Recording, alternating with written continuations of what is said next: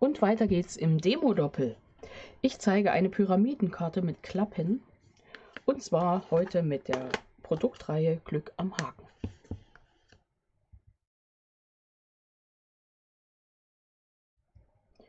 Hallo und herzlich willkommen in meiner Kreativwerkstatt. Schön, dass du dabei bist. Ich bin Angela von der Stempelfamilie und es geht weiter mit unserem Demo-Doppel. Annalena und ich zeigen Ideen mit einer Produktreihe oder einem Produktpaket von Stampin' Up. Und endlich haben wir es auf dem Tisch liegen. Glück am Haken aus dem neuen Jahreskatalog von Stampin' Up. Heute werden wir wohl hauptsächlich also zumindest ich, das Stempelset verwenden. Beim nächsten Mal geht es dann mehr um die Stanzform und vor allem um diese tolle Stanzform mit diesem super Rahmen. Also, ich habe mir überlegt, eine Kartenfalttechnik und habe da letztens ja schon in kurz und knackig gezeigt, als ich mit Karin von den Nordseestemplerinnen was gemacht habe, habe ich diese Pyramidenkarte gezeigt. Und ich habe mir jetzt diese Variante überlegt mit diesen Klappen, wo man ganz viel Text unterbringt und was einfach auch ein witziges Format ist. Und das werde ich heute basteln, gestalten mit dem Stempelset Glück am Haken, also wird es maritim. Ich habe das schon mal so grob vorbereitet, das ist in etwa das Ziel und dann wird das Ganze mit Klappen versehen. Du brauchst dazu wirklich eine ganze Menge Material, also vorher schon mal einplanen. Die Maße sage ich, werde ich auch noch mal auf meiner Website schreiben.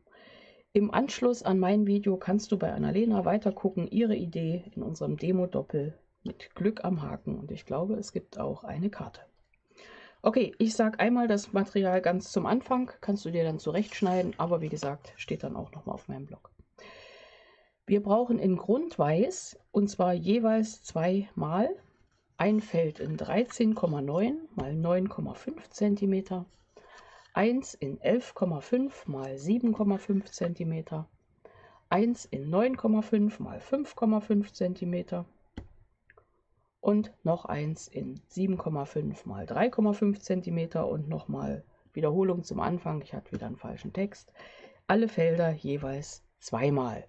Gut, Farbkarton brauchst du und weil wir es klappen wollen, dann eben die doppelten Maße in 10 mal 20 cm, gefalzt bei 10 cm, dann ist die Karte 10 mal 14. Das nächste Feld 12 mal 16 cm, gefalzt bei 8 cm, die fertige Karte ist 12 mal 8. Das nächste 10 mal 6 cm, die fertige Karte, also das ganze Maß 10 mal 12 cm, gefalzt bei 6 cm. Ich habe mal hier schon Magneten drauf. Und das letzte Stück ist 8 mal 8 cm, falze ich mittig bei 4 cm und es kommt oben drauf. Okay, das ist unser Zuschnitt. Und jetzt zeige ich dir, wie ich dies hier mache, wie ich das aufeinander klebe. Ich habe das ja letztens schon gezeigt, ein wenig ähnlich mit den neuen tollen Stanzformen, den achteckigen. Ich nehme meinen Washi-Tape, da habe ich immer was übrig. Das ist bei mir so, ich habe es für nichts anderes bisher verwendet, glaube ich, als hierfür. Falte das, lege das hinten also drauf, falte das auf mein Feld, nehme mir das nächstgrößere und lege es hier genau mittig an. Ich schaue mal, dass ich das schön ins Bild bringe für dich.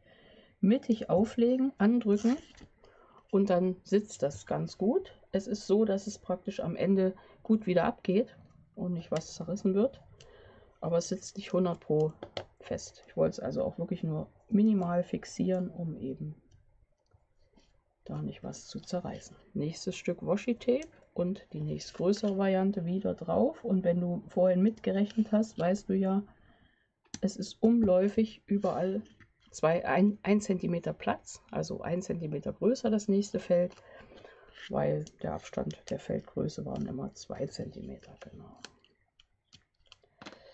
So, falten und hier drauf. Größtes Feld, mehr haben wir nicht. Ich habe schon mal ein Video gezeigt mit dieser 3-Lagen-Technik. Das ist die gleiche Technik. Hier haben wir natürlich 4 Lagen. So einfach. Ich nehme jetzt mal eine Unterlage und gucke, dass mein PC trotzdem nicht wackelt. Lege das hier drauf und dann, ja, habe ich mir überlegt, ich arbeite doch wieder so zentral im Kreis auf meinem Blatt. Setze in die Mitte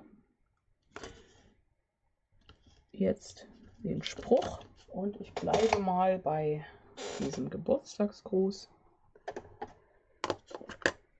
und stempel ihn hier mittig auf. So gut es geht, mittig, kennen wir ja schon. Ja, können wir mit leben. Minimal schief, aber muss auch mal Opfer bringen. So, ich arbeite jetzt mit Memento. Das war für mich ganz gut, weil ich dachte, das bleibt alles so ein bisschen, also die schwarzen Konturen passen hier ganz gut. Und dann setze ich diese, ich weiß nicht, sind es Schwimmer beim Angeln? Genau, es hat ja was mit Angeln zu tun, das Set. Also setze ich erstmal die Schwimmer hier drauf. Gut verteilt um die Mitte drumherum. Putze meinen Stempel gleich. Könnte, wenn ich wollte, es gibt ja hier mehrere Möglichkeiten, mache ich auch mal kurz, um dir das einmal zu zeigen. Moment, muss ich holen. Ich hole mal mein Calypso-farbenes Stempelkissen. In dem Stempeln sind also zwei, ja, es ist wieder ein 2-Schritte-Stempelset, also Two-Step. Kann ich jetzt hier unten mal den Calypso-farbenen Halbkreis reinsetzen. Könnte ich natürlich auch an die Seite setzen. Ich kann es nachher auch mit Blends wie bei der anderen Karte kolorieren. Geht alles. Aber wir haben hier Two-Step, also 2 Schritte Stempel und könnten es gleich farbig machen. Das mache ich jetzt einfach mal bei diesem Ding. Schauen wir mal, wie weit wir kommen. Hier ist noch so ein anderer Angelhaken oder Schwimmer. Den setzen wir mal gleich so dahin. Gestaltung, wie gesagt, bist du völlig frei, wie immer bei allem. Mach das so, wie das für dich am stimmigsten ist. Mehr oder weniger oder ganz anders angesetzt. Ich bin bei solchen Sachen immer so der Meinung, das mit dem Runden hat sich bewährt, mache ich. Auch hier haben wir ein zweites Schrittelement. Das muss ich ja mal immer schön wieder rein sortieren. Das ist dieses Fähnchen, das setze ich hier drauf. Und warum nicht, nehmen wir hier mal das Abendblau.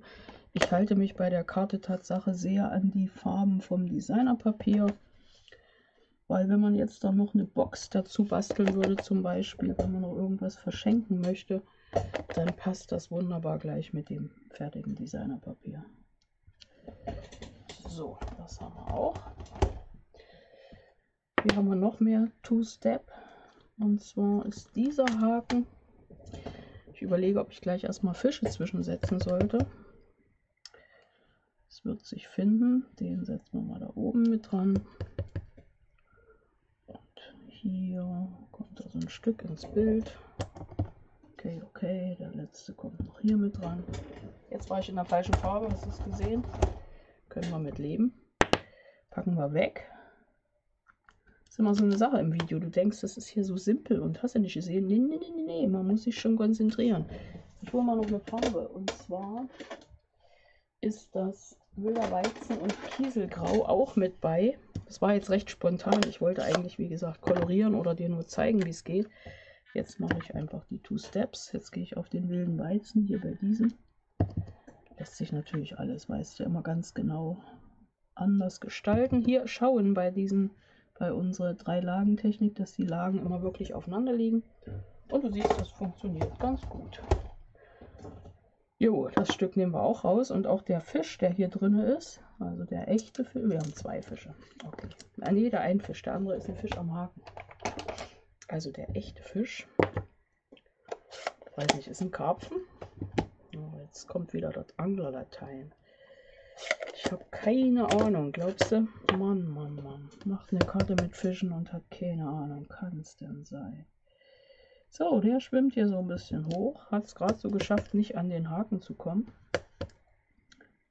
Gucken, wie gesagt, dass immer alles schön gerade sitzt. Das ist ein fliegender Fisch hier oben. Jetzt müssen wir gucken, da zeigt sich vielleicht mal von hinten. Und hier kommt noch mal einer vorne rum. So.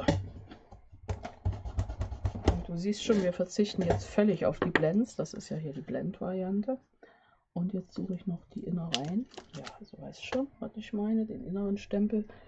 Und da gehe ich jetzt noch mal. Ich bleibe bei Abendblau. Und stempel jetzt das Fischlein da mit Abendblau rein. gerade dran denken. Es betrifft immer alle Schichten, also schön gerade schieben das Ganze. Wir haben ja extra nur fixiert.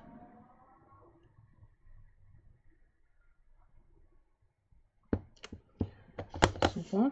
Und du siehst an den Kanten, wo die Lagen aufeinander liegen, wird das nicht so ganz vollflächig. Das macht aber nichts. Das wirst du gleich sehen, wenn wir das dann auseinandernehmen. So, Stempelkissen schließen und nicht auf die Hand drücken. Gut, dass du das jetzt nicht gesehen hast. Du. Sei glücklich, dass das nicht zu sehen war.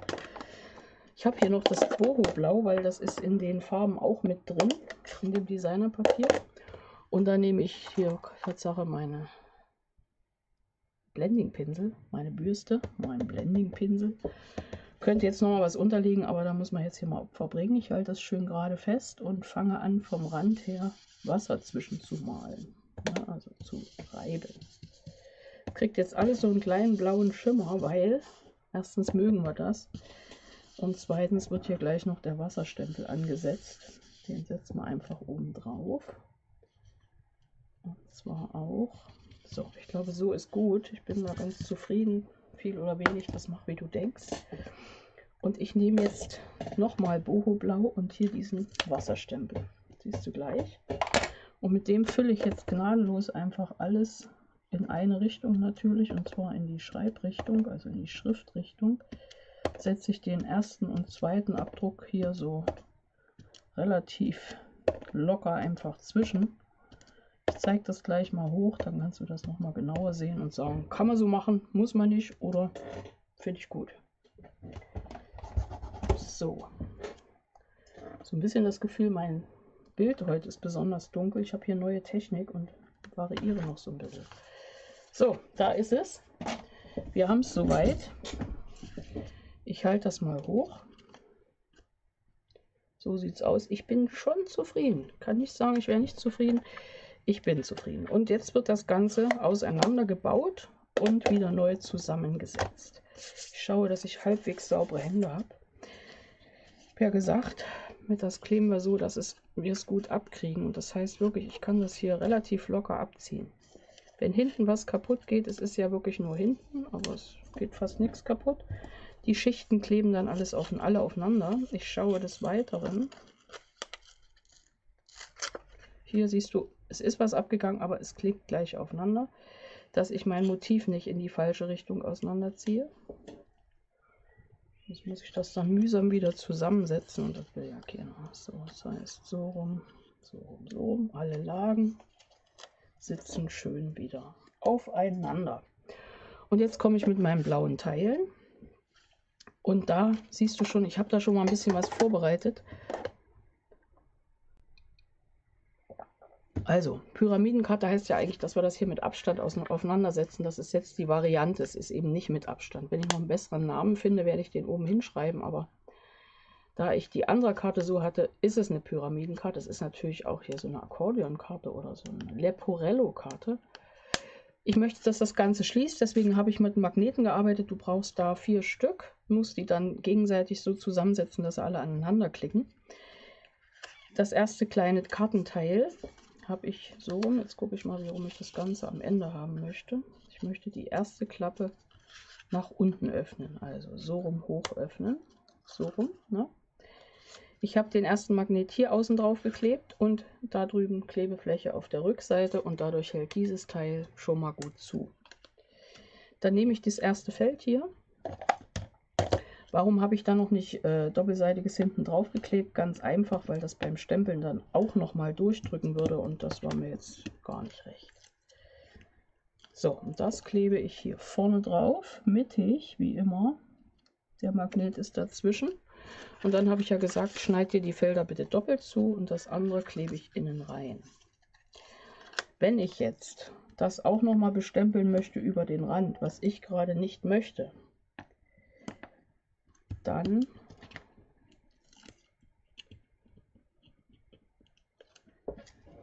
würde ich es noch nicht reinkleben. Gut, mal sehen. Ich setze das hier erstmal rein.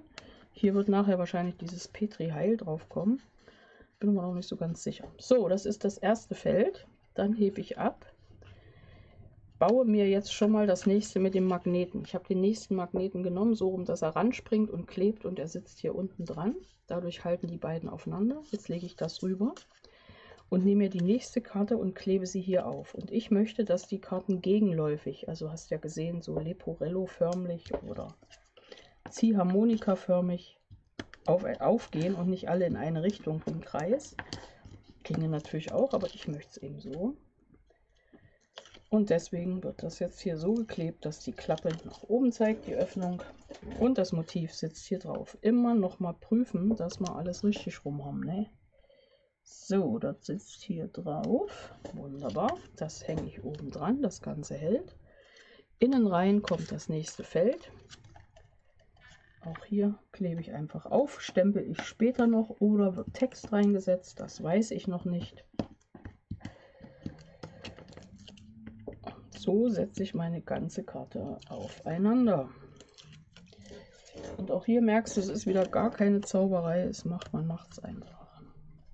Wenn ich aufmache, ist klar, im Moment, dann hält das natürlich nicht mehr, aber sobald ich zumache, hält es wieder. Siehst du, da klebt es. Das nächste klappt wieder nach unten auf, ja, weil ich will es ja so ziehen, so. Genau, klappt nach unten auf.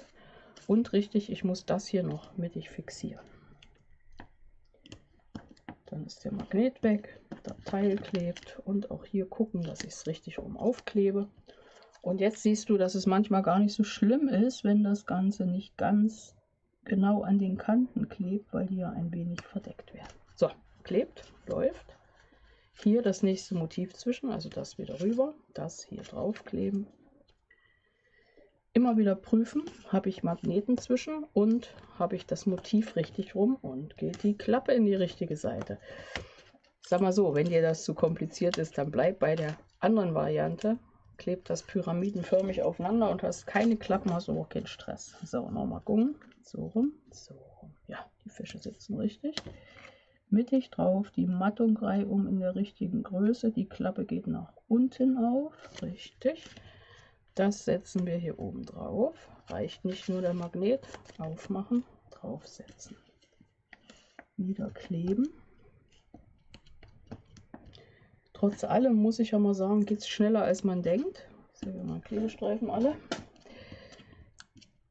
Ich denke mal halbe Stunde. Zuschneiden, zügig stempeln, schnell ausgestalten. Dadurch, dass ich das jetzt hier mit dem Two-Step, 2 Schritten gestempelt habe, ging es wesentlich schneller, als wenn ich koloriere. Kann man dann am Ende vergleichen, was man vom Ergebnis schöner findet. So, hier haben wir den Magneten. Da siehst du mal, wie mache ich das. Sind ja Klebemagneten. Wenn die falsche Seite klebt, helfe ich mir mit doppelseitigem Abreißklebeband, klebt das so drüber. Ziehe das jetzt auch wirklich ab, weil das kommt ja gleich, wird das aufgeklebt. So, jetzt haben wir unsere Karte. Jetzt müssen wir noch mal prüfen.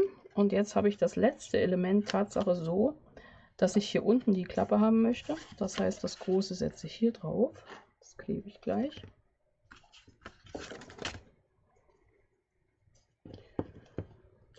So.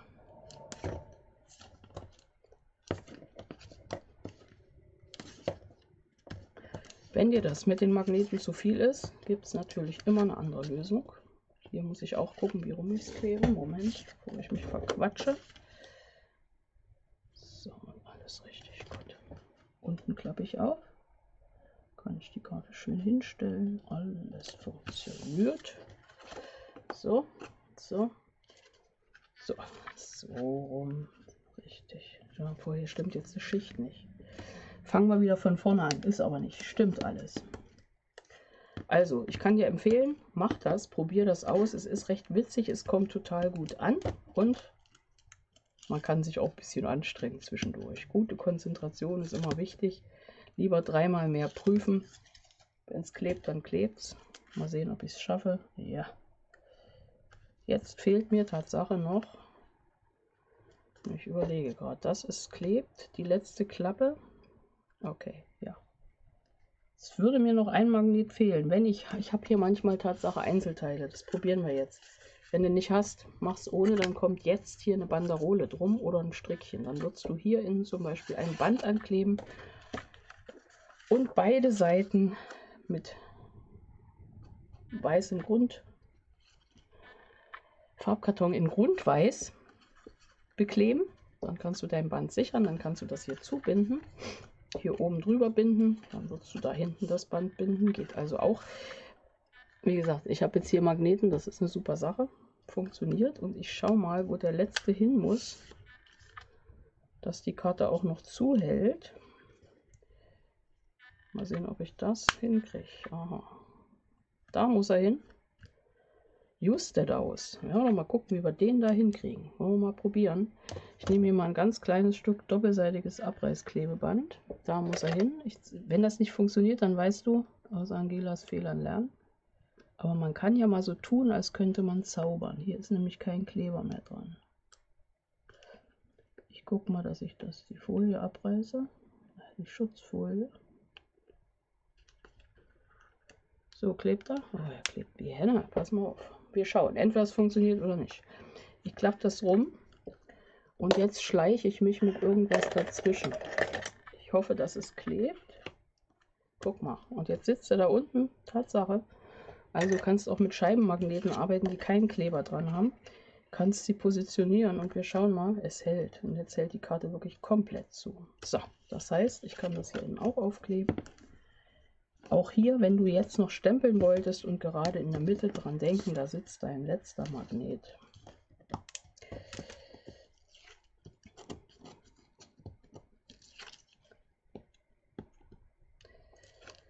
So.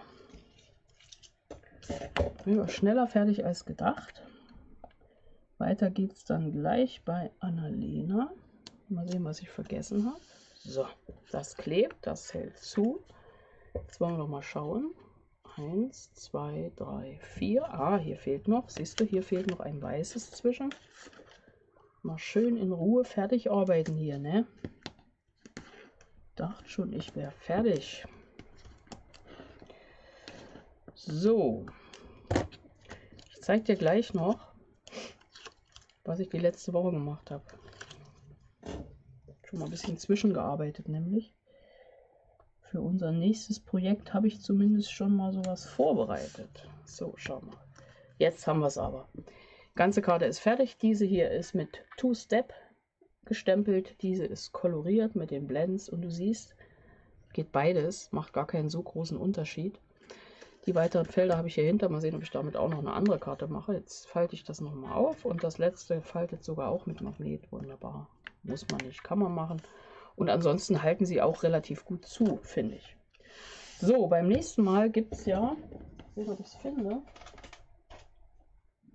habe ich ja schon gesagt, gibt es diese tollen Stanzformen hier im Katalog.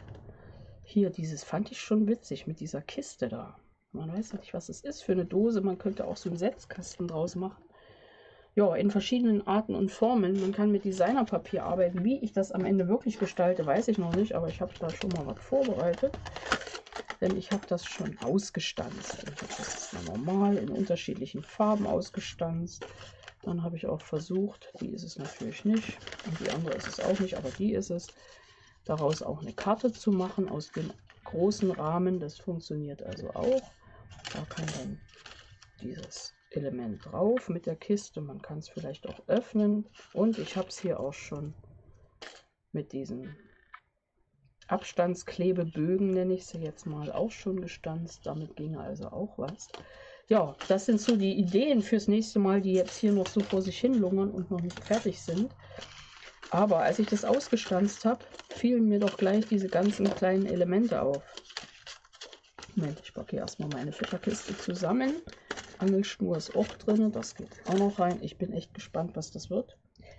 Und dann hatte ich diese ganzen kleinen ausgestanzten Teile. Und mit denen und mit noch einem anderen Stempelset, gut getippt, glaube ich, ja, ist dann sowas entstanden. Ich habe was Ähnliches gesehen im Internet bei einer Kollegin und dann dachte ich, musste doch gleich mit diesen Feldern mal ausprobieren, wie kannst du das weiter verwenden. Du siehst, einmal sind sie die mit den, auf diesem Abstand, auf dieser, komme gerade nicht auf das Wort, egal.